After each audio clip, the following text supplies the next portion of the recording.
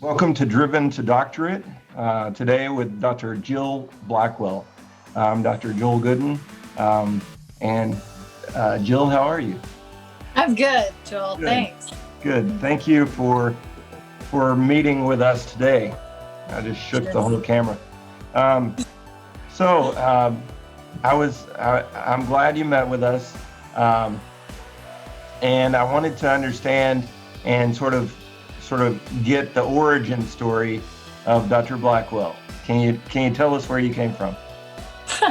Okay, sure. So my professional work, I guess, with the I have my PhD in experimental psychology, and it was we had to pick a discipline back then, and I chose developmental, and I loved it. I started teaching right away after I got I started teaching in graduate school, and I knew I really wanted to be an educator because I just loved it so much. And I think I had a good skill for research projects. You know, my cohort, my friends would always, we'd always be working on developing project ideas, and they would come to me. I helped a lot of people design their master's thesis and doctoral dissertations, just like, for fun. So that was good. I knew I was successful at this in grad school because I won the Schmidt Academic Scholar Award a few times. I was always surprised the teachers would, you never think you're doing a great job with anything, or I never did. And they would always nominate me for these things. And I thought, wow, that's so weird. And then they would, one in particular, Dr. George Michel, had me supervising undergrad students in some programs and giving them advice on their projects and teaching full responsibility. So it was all fabulous, my graduate work experience, Right. And then after graduation, I was working kind of in clinical places, though, at the American Academy of Pediatrics, and I was chairing some committees in biopsychosocial health and substance abuse and child abuse committees. It was hard, but important work. And we made policy statements on corporal punishment and really important things. So I did like that. And I was still teaching, but I thought, oh, wow, being in the, kind of professional domain about clinical work might be interesting. So I started getting ready to get my license in professional counseling. I started that soon after. So I was teaching and doing and still working at the Academy of Pediatrics. And then I was trying to think, because I thought you might ask something about this, but a friend of mine told me about a job with the dissertation coach. And it was maybe one of the first or a successful company that helped dissertation students. Writing your dissertation is hard, right? So people need help with that. So I started doing that. It was like a freelance type of work. And it was a real excellent bridge for me between the research part and the clinical work, because I was helping dissertation students in like a clinical atmosphere with their research projects. So it was like a wonderful fit, and I really liked it. And then I had a lot of students from North Central. I had a lot of students from all over, really, but a lot kept showing up from North Central. And then I was working with one, and then he ended up winning the Dissertation of the Year award at North Central. So I was like, oh, I think I'm good at North Central's template. I really had that down. And I don't know how how I heard about it, or if someone recruited me, I just can't remember that right now. So I have to think about it. But I started working at North Central in 2012, and I've really enjoyed the time here. So the dissertation coach, was that with Allison Miller? It was. Yes. Okay. Yes. All right. Yeah. I think I'm interviewing her maybe tomorrow or. Oh my goodness. She. I'll lovely. split out the video so it doesn't look too planned, but. Okay. Yeah. She's my friend. She's a lovely gal. Yeah. Great. Well, I've come to know her through the years. So, no, I didn't know you did that. And so I'm making connections. Yeah. So I think that was, I can't remember the year. Wow. I just, I don't know. I can't remember. But then I did both for a little while, but you couldn't do both. So, then I just worked full time at North Central, and that was good. But I missed something that the roles were different, because at the dissertation coach, I was like the cheerleader and like, oh, your chair is stupid. They don't know. And you're right. And like really supportive and coming in and fixing stuff for them that got approved, and their chairs really liked it. So it was a little exciting that way. So I promised myself that when I'm the chair, I'm going to be really nice about it and make sure that no one feels bad ever. Because the students, like a lot of them at the dissertation coach, were in crisis. They felt personally horrible about themselves and their document, and and it was like, it was easy for me to fix these things for them. Mm-hmm. So that was very rewarding, right? And then so then at NCU, it's not that, you're the chair. Well, and I am still very nice, I'll have and super supportive and a cheerleader, but it's really more about training people how to do the work. So to develop their skills, you can't do anything for anybody.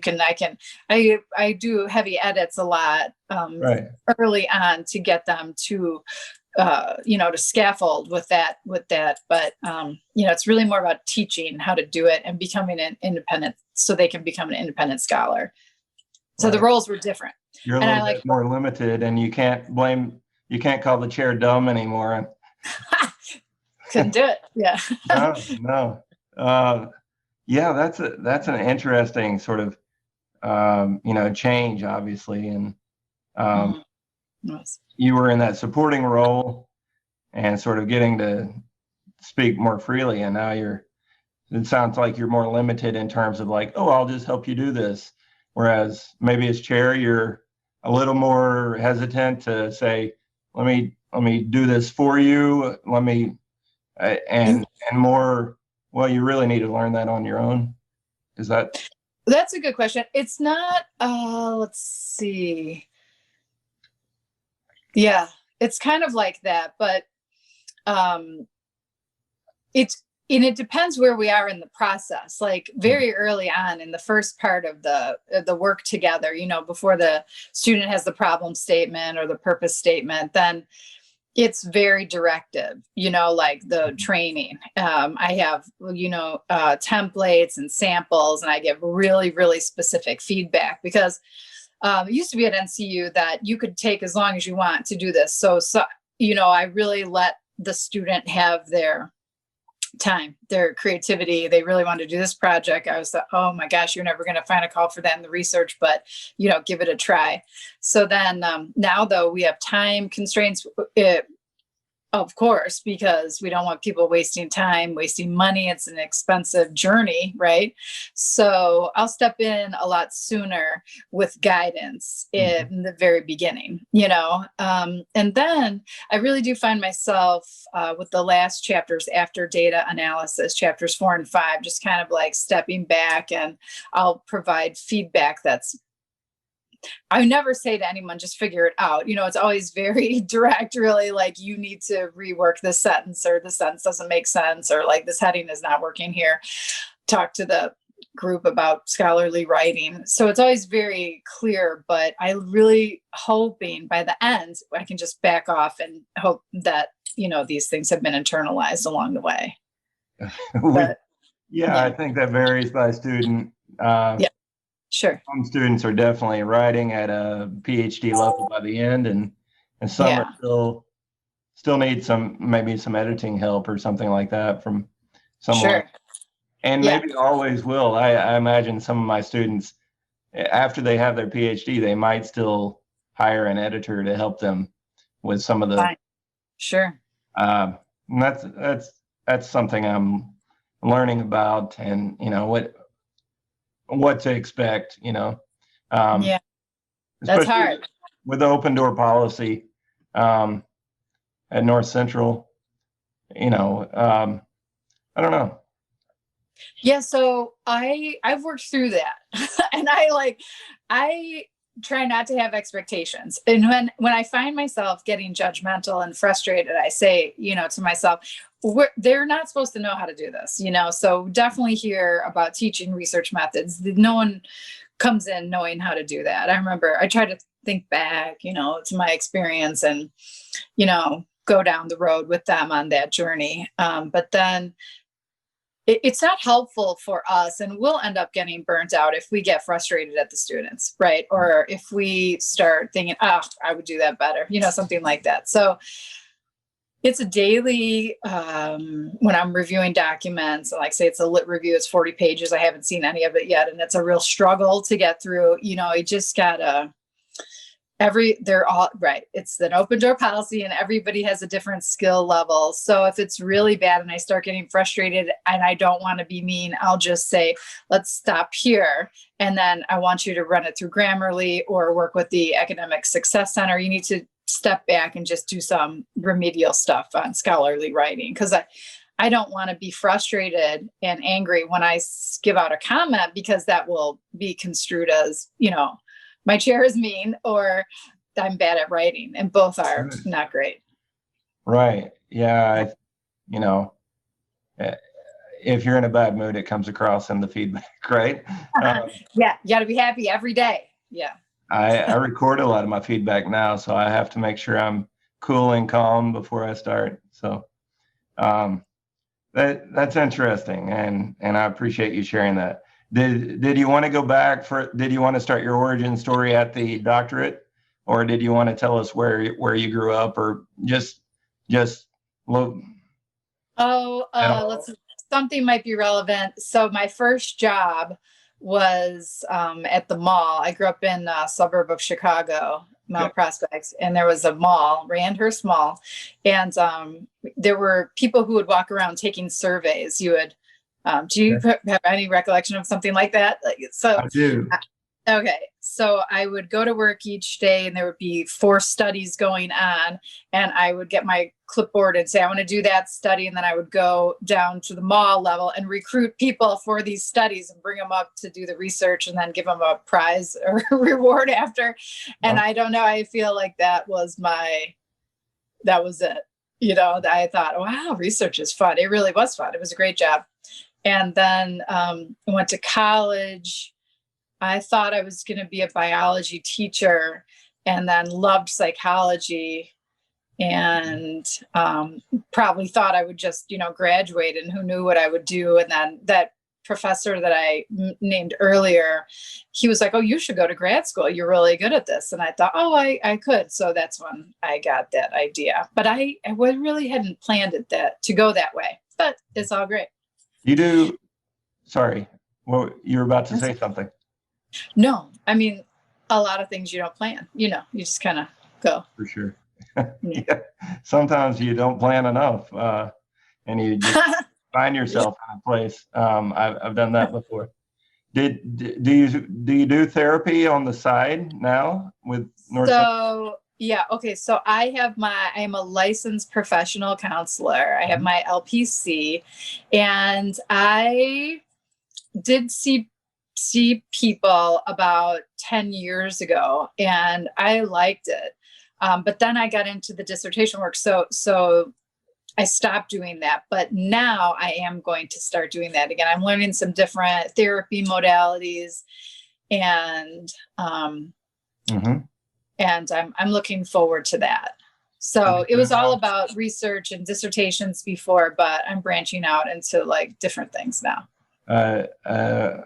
A new venture that an old venture that you're renewing? Yeah. Yeah. Mm-hmm. So anybody that sees this can reach out to you about that. Sure. Oh yeah, I have a website.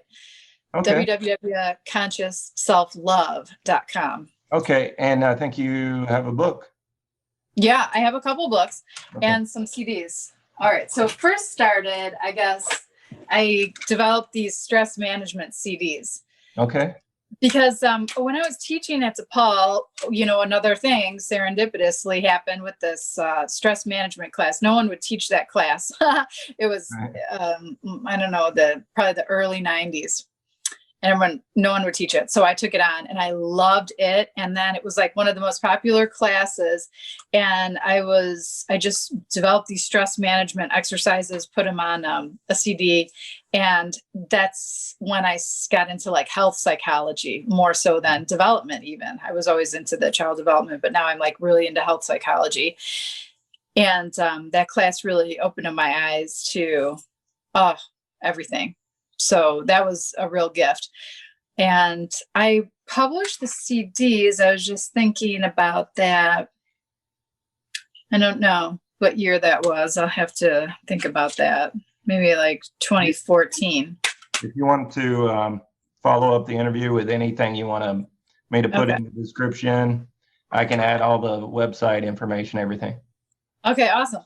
Yeah, so the stress management, I was close to like probably leaving academia at that point, but I didn't. And I was still able to bridge both, like teaching about stress management. So that was good. And then at the NCU, I just love the job. I love the students. I love the people. So I started there in 2012, and it was like the Wild West. That we really didn't have a template. Students were turning stuff in, and it was an arduous process. So I just started developing like, you're working on your problem statement, look at this.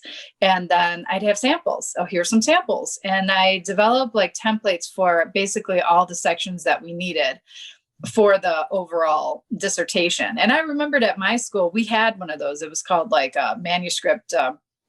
I don't know what it was called, but I had it. I like slept with it. It was such an important piece for us, for me and my friends, So we didn't really have that. And I just started developing little pieces of it. And my students were graduating and everything was great. And we had a really arduous review process at that time. And mine were like going through. So the colleagues were saying, what are you doing? So I just shared all the resources with them. And then my good friend KK said, you should put these in a book. And I thought, oh, I should. And so I published the dissertation strategy, and it was just a compilation of the handouts and then kind of like human things also, and some jokes, and it was well received. And I pray, I think I used to wanted the book to sell like 1 million copies, because it was kind of like that would be good for me. But now I just want the book to help 1 million students. So I get a real, like when I pray for that, I just, think about students succeeding or like getting a lot out of the book, and, just having an easier time with the whole process because of the book. And it makes me so happy. Right. So that's now the goal. And I updated it recently to the 2nd edition because I needed a little updating. It was my first time publishing a book, the first round. And that was, it's interesting. I self-published on Amazon, and like every time I went to look at it again, I was like, oh my gosh, there's something wrong with this here. So, you can just keep sending the new draft in, and it's ongoing but it needed an official update. So I just did that last spring. Yeah. I read part of it. If I had the wrong book, I'm sorry, but I think it was definitely yours, and it was pretty conversational, and just, it wasn't so stoic and it was academic, but it wasn't stiff and cold. I felt like it was really conversational, and you talked about, I remember the example of panning for silver, and then panning for gold, once you got to sort of trying to find future research ideas that you could use as a potential research problem. And I liked that metaphor. That's nice. Really good and just easy to read, which is, I think, hard for some academics to do, is to like take it back down to the level that some people hear it on. So I'll say what I know about it. It's easy to read. That's nice. Thanks, Bill. No, I enjoyed it. Thank you for sharing it with me. And we'll come back. We'll circle back to anything you want to sort of point my followers to, my audience. I don't really have a big group of followers that I know of, but maybe someday. I'm referring to these imaginary people. But yeah, we can circle back and sort of make sure that I do sort of want to list anything that they might be interested in that you offer. Awesome. So, Okay. so I wanted to see if you had anything in mind to share with students or with other faculty, or something about maybe dissertating um, or about the doctoral process that you think maybe other people don't really spend enough time on, or they don't say it in a way that you really want people to hear it. I think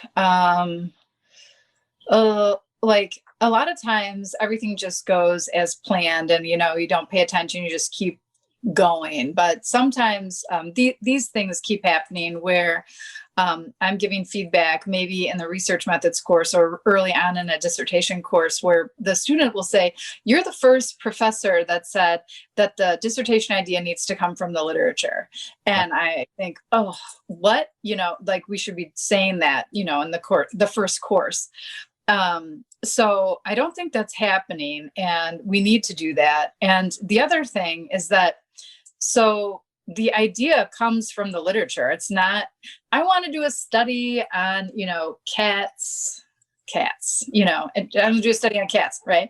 So no, you look through recent articles in your topic area. Maybe it's on felines, I don't know. In the discussion section, there's always a paragraph, future research directions. So they want to study, research is needed about, do cats have memories? Oh, and then you read your next article, research is needed on, do cats have memories about owners? Oh, so the idea is not yours. The idea comes from the literature. And also students are always worried about, wow, should I do a qualitative or a quantitative study? This decision is not yours either. If the literature is calling for, what we really need to know is perceptions of cats about something, then you're doing a qualitative case study. If they want to know like hours spent sleeping of cats and how that's related to their health, then that's a quantitative method and a correlational design, right? So all this time spent worrying about what am I going to do and what method will I use is just such wasted time, because it's not neither of those are your calls. Right. The literature should lead you there. Is that sort of? Yes, 100%. And if you insist on doing it like what you want, that's not grounded in the literature, it will just you won't be able to, because the lit review needs to be 40 pages of things, of studies that you're reviewing related to your topic in like a persuasive argument about why one more study is needed. A literature review isn't like it's sort of informational about what's been done, but really the whole focus is to point out why one more study is needed. Mm-hmm. So you're not going to get that if your study isn't about the thing that the people are calling for. There's no 40 pages to be had on that. And I think a lot of students misunderstand that too, because I always get the first draft of chapter 2. I hope to get it like at page 10.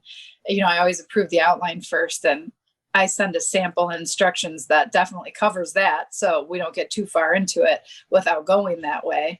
But a lot of students are really writing about other researchers' recommendations to solve a societal problem for their literature review. But if all of that is known and we already know how to solve the societal problem, then one more study isn't needed. We just need to go out and solve the problem. Like the dissertation is, and the dissertation proposal is an argumentative or is a document arguing like why one more study is needed. Right. So I'll say something and see if we are in the same frame of thinking on it. Like with the feline, I always just come up with the first example I think of, and that may have been what you had today. But and oddly enough, I did have a student studying the possible sentience of dogs. Oh. And so you weren't too far off from a realistic option, and that study did continue. I think I was a subject matter expert for some reason.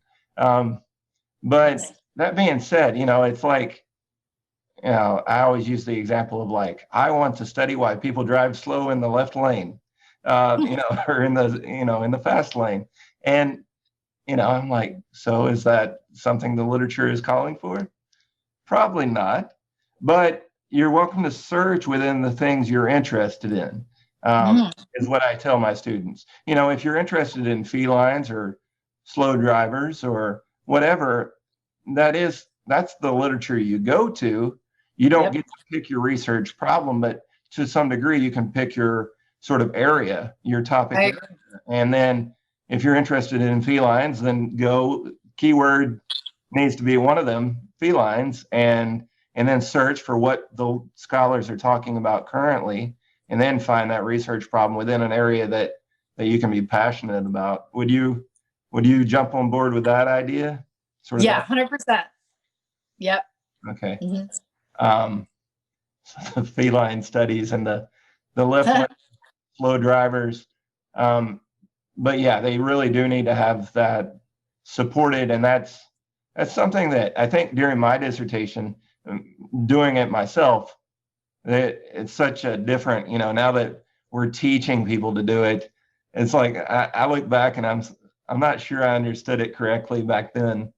Now that I'm teaching it, yeah, that's interesting. I remember I was my master's thesis was on aging people, and I was volunteering at an old folks home in graduate school and retirement home, and I was calling bingo, and it was so fun, and we were always having fun. The only thing everyone would complain about was they can't remember anything. They'd forget their coins, their tokens, what I just called. So like it was memory. And I remember thinking, I remember thinking that I need to do a study on memory. So I accessed, the literature for old adults and what happened with memory. This was like before Alzheimer's disease thing, even. We just called it dementia. And I would get so frustrated because I had an idea like, what, I want to do this thing about implicit memories, or are they just psyching themselves out so then they don't encode the memory? And I was convinced that it was that I feel like their memories are still intact and they're just like talking themselves out of having a good memory. So I would be like, yes, this is the study I'm doing. Then I would find an article on that and I would say, oh no, it's already been done. Like that was the bummer. Like it's been done, but that's not the bummer. That's like, we're onto something here. It was done like 2 years ago. So let's take a little piece of it and find out the next step, what they didn't cover. They'll always have the call for future research. And so then we can do that. My printer is printing something. Your printer wants to be in the interview. Yeah. Wow. Okay. Yeah. No, there's always like that next step, and you have to, I think if students get too married to an idea, like I have to do this. This has to be my research problem. If you don't sort of approach it sort of openly, like I'll figure this out. I've got this sort of zone, and as I read the literature, it will narrow. And you're going to get disappointed because that may have been done, and we don't allow you to do replication studies at North Central. And typically they're, I don't know, is it fair to say they're ill-advised unless they need to be reproduced and with a new population or something? Yeah. Students do want to do that sometimes. They want to replicate a dissertation. And I mean, it's good to have like a sample or a model kind of idea, but you have to tweak it a little bit. So you can, apply it to a new population and test the boundary conditions, like when these findings hold up, so I don't immediately say no. I say, all right, so what can we do? What else are they looking for now that they know that? Now that study's been done, what else do we need to know? And get a couple citations for that, and we could do something similar. I don't know, so like I say, students really like to have those samples. So they like to have a sample dissertation. So I kind of took that away and just gave them like samples, like in general. And I feel like I don't have that come up that often. anymore, but I used to. You're right.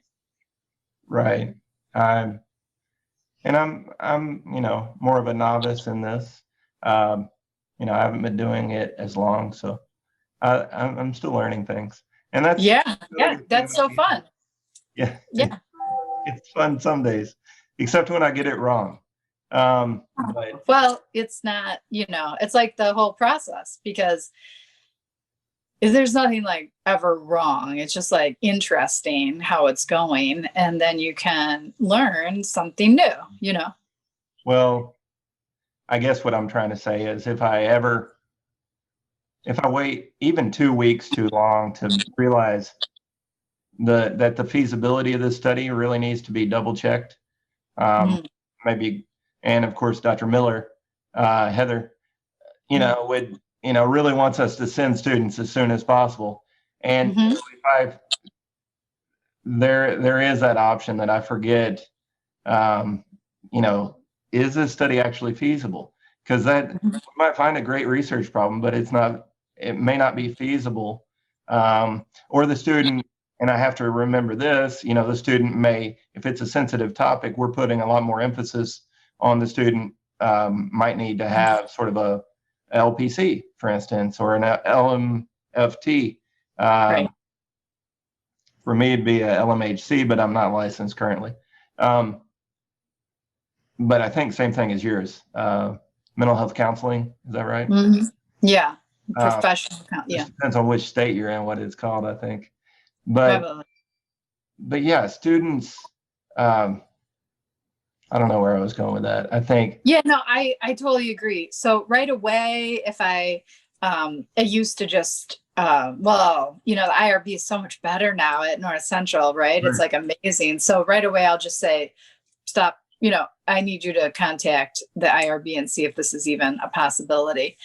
But also, like, since COVID, something happened, and since like everybody, since all the social climate is like so tense, and there's like, it's difficult and challenging for so many people.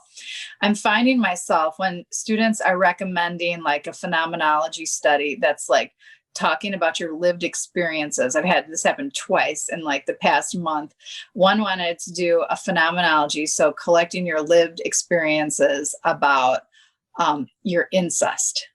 And I thought, oh my gosh, we are not asking people to rehash their lived experiences with incest, and I thought, okay, let's maybe do a case study and ask their perceptions about incest. Like, now that I know, like, one of the inclusion criteria is that they lived through it. And it didn't ever bother. Well, I don't know. It just really bothered me.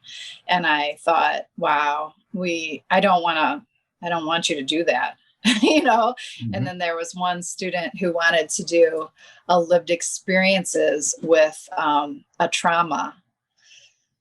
And again, it was really sensitive, though. It was like a really specific and upsetting trauma. And like in their ordinary day, such a person wouldn't want to talk about that.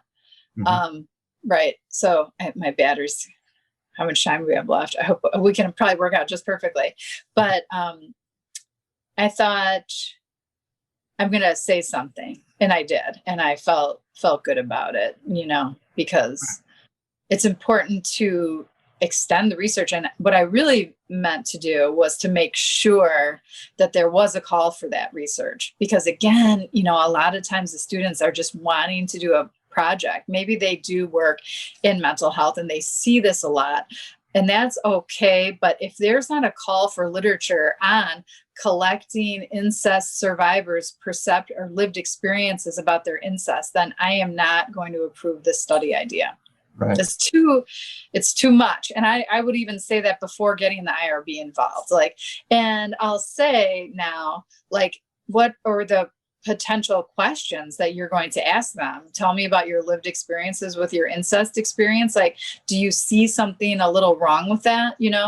And I don't mean to take away anything from the dissertation student experience or from dissertations in general, but phenomenology is hard. It's really more of a seasoned researcher is doing the phenomenology. And your very first time out in public doing a qualitative interview, you're going to handle this. Like, it's not responsible. And it's kind of a new thing for me. I'm kind of having a little problem with it. No, I'm with you on that. I think it's the ethical duty of the chair and that to sort of step in and say, is it ethical for you to be doing this? Because there's a case to be made. If the literature isn't calling for it, is it ethical to do the study? And to put these people through this potential emotional disturbance. So, no, I appreciate that perspective. And since we're running low on battery and maybe I can always invite you back if you'd like to share more, and we can have another talk. But I wanted you to have a chance to tell the audience anything about books or anything that okay. Yeah, sure. All right. So that they can keep up with you. I keep them close. All right. So the dissertation strategy is here. This is good. I think it's great. I get such good feedback. One time I Googled it and it was like the #1 dissertation book. And I thought, wow, that's really good.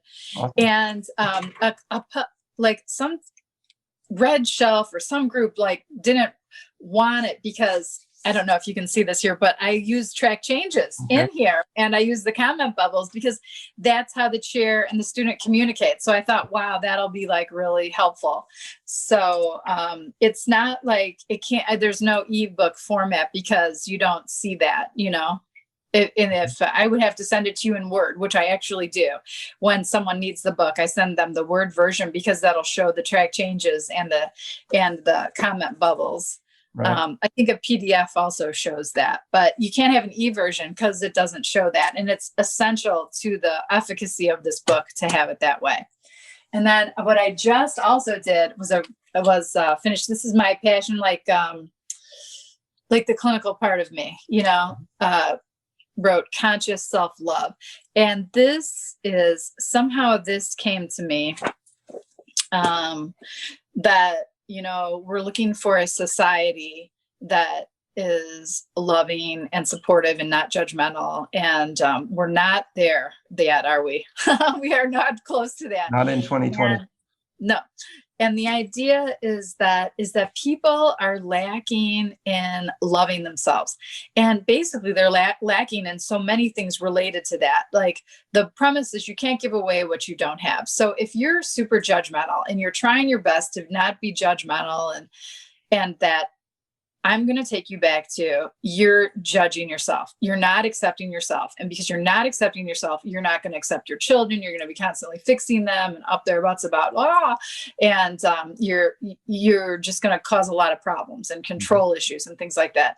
And just like everything, if you're looking for love in all the wrong places and it's not working out, you're really looking for someone to fix you, but mostly it's because you're lacking this most important thing of self-love. So once you have that and you love yourself, then you can love other people and have normal, healthy relationships, not based on like fixing your broken parts, but more on like just for fun and great times, So it's like all of the big important things we need to get to people at their like soul self level and get everything kind of shored up. The word is vibration and frequency and all that, like higher, higher, higher. And then, we'll be able to deal with stress and anxiety and what's going on. So there's a lot of, this is like a dismantling for the first couple of chapters, like what happened. And a lot of times, I hate to say this because I'm a parent, but it's your parents. I think I have one section called, what did your mother do to you? And it's so true. It is. And it's not purposeful. So we can't be mad at parents like completely because nobody really knows. We're just kind of redoing what happened to us. But with conditional parenting and like conditions to love and positive regard and acceptance and like I'm only good if I contribute or of value and I'm only loved if I'm a good girl. Like these are just unconsciously passed down and absorbed by your unconscious, and then you play this out for the next 80 years in a really maladaptive and unhappy way. So we're shedding the subconscious and developing some self-awareness. And then what I mostly like, I decided like the first 3 chapters are really kind of a bummer. I think that I wonder if people stop reading it then because they're like, I just can't take it anymore because it's a little depressing. And if you're a parent, you're like, oh, I totally did that wrong. Or you're thinking, oh my gosh, my parents did that. But if you make it to chapters 4 and 5, you're going to be really paid off because that's how it teaches you practicing conscious self-love, daily B's, like ways to be, like with the lens of self-compassion, with the lens of protecting your peace, with the lens of forgiveness, a lens of gratitude, lens of kindness. So there are strategies on how to do that towards yourself and then other people and balancing all that.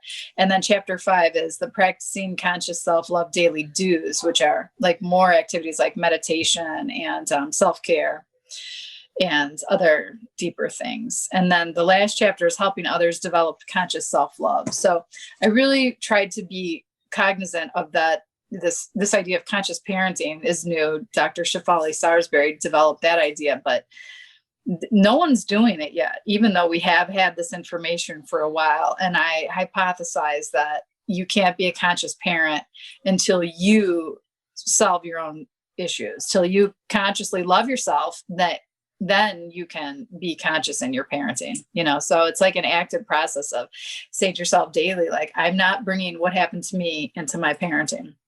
So I've always been interested in parenting. That was the first class I taught. Right. So that's kind of a big thing for me. But as a parent, I know I missed, a lot of stuff. And then I was glad to write the book, but, I was cognizant of like the oopses, I didn't want to make people feel bad for what happened. So it was kind of, I don't know how I did with that.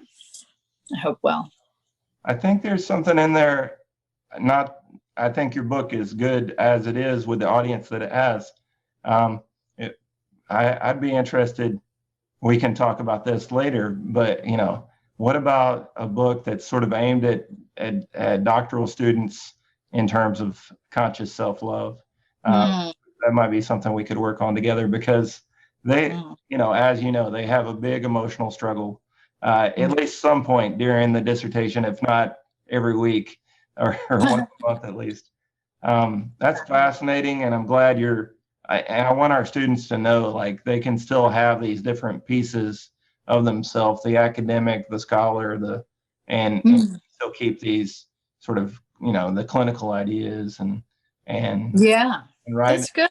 With a PhD, you can write about a lot of things, anything that PhD's in. So you've got a website? Yeah, I do. It's consciousselflove.com. And I want to do a lot more with it. So I've got a plan, but I'm really busy with work and stuff, Right. But I have, I'm going to, hook up this. I've been tweeting some things and getting some quotes out there, but I need to ramp it up and do more, marketing. And I take every opportunity with my students when I can must have a sixth sense for like, you're beating yourself up about this. This is obviously, this is that, so I will send my book. Oh, here's something I'm really proud of. I teach a class a couple times a year at DePaul, online, Research Methods 3. It's like the big one right before they graduate, before going to grad school. And it's a research method. So this is the one class where I got approval to let them do a whole study, on their own. And I do a lot of stuff that I do with my dissertation students. Like it's very specific, it comes together in 10 weeks, a research project. They interview or they have 40 of their friends as participants. And it's usually like, what are the effects of commute time on, or if you commute or live on campus, I make them always do a 2x2 ANOVA factorial design, like on your GPA or stress, or it's usually like a really depressing two independent variables and dependent variable. And this quarter started in September. I sent all the students the book and I said, if you do an idea out of chapters 4 and 5, you'll get 10 extra credit points. Oh. And so a lot of people are doing it. And we're at the phase where we're almost ready to collect data, but I'll tell you some of the studies, I'm so excited. So there's a yoga video or a nature video, and then exercise questions on happiness. So a lot of them came back with, I want to do depression as the dependent variable. I said, no, do peace score, happiness score. We've got positive self-esteem. We have a joy instrument. We have, most of them are happiness or energy level. And the independent variables are social support, yoga video, meditation video, exercise, a gratitude manipulation. Someone's doing a forgiveness manipulation. One's doing like a 2x2, a meditation as a selected variable and meditation as a manipulated variable on happiness.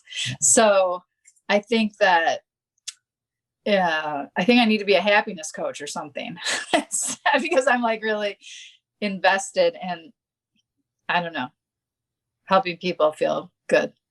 Right. I guess that would fit into positive psychology. Yes. Okay. That's, yeah. Yeah. Good. I think that there's a big place for that instead of all this, let's measure your anxiety and your depression, Yeah, and all the things I know. that are wrong with you.